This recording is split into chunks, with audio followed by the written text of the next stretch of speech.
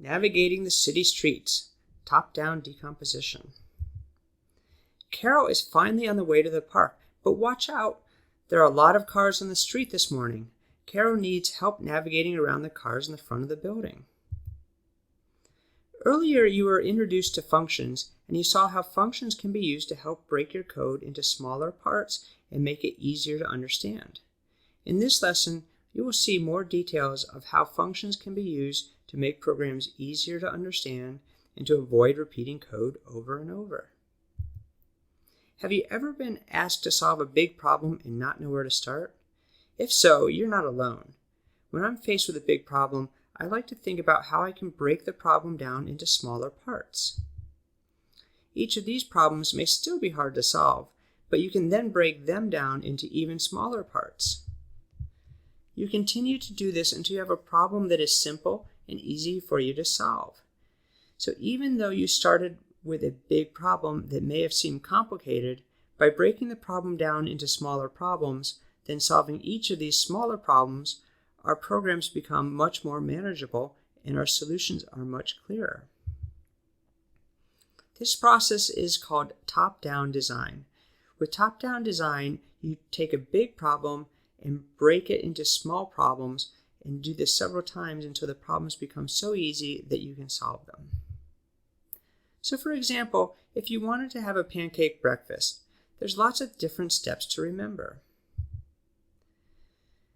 You can break the task down into 3 main steps: make the batter, cook the pancakes, and serve the pancakes. Even these steps can be a little challenging though.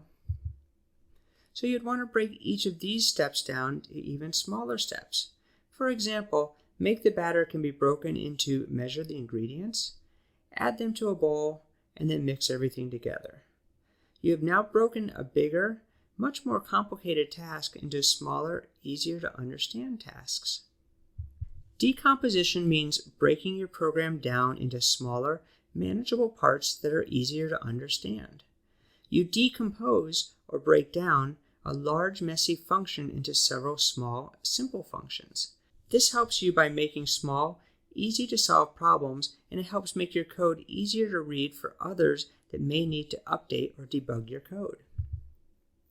Consider this example from Karel. When you write your program, it is not always clear exactly what is happening. You need to read through and think about each step to understand what the program is doing. By taking a look at the parts of the program, you can see that Karel is doing 3 distinctive steps. Using top-down decomposition, you can break the program into these 3 steps and write functions to accomplish each step.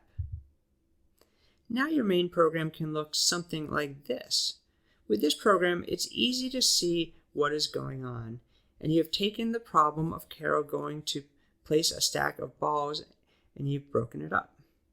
You have a much more high-level view of the problem. Now when you go to solve the problem, you can solve each of these smaller steps as mini problems instead of trying to solve the entire thing all at once. So why do we use top-down decomposition? First, it helps you to solve large, complicated problems by breaking the problem into smaller, more manageable chunks. Second, it helps you to make your code more readable. When you have a program like this, it's pretty easy to understand what's going on versus the original program that had more complicated steps that were harder to follow. Finally, top-down design allows you to collaborate with others by splitting the problem into subproblems that can be independently solved. For example, one person can write a function to go to the pile, another writes the placePile function, and the third can write the function to return to start. So let's check back in on Karel. It looks like Karel has managed to make it around the cars and is headed to the park, but can't read the map. You will need to use some functions and top-down design to help get Karel to the park on time.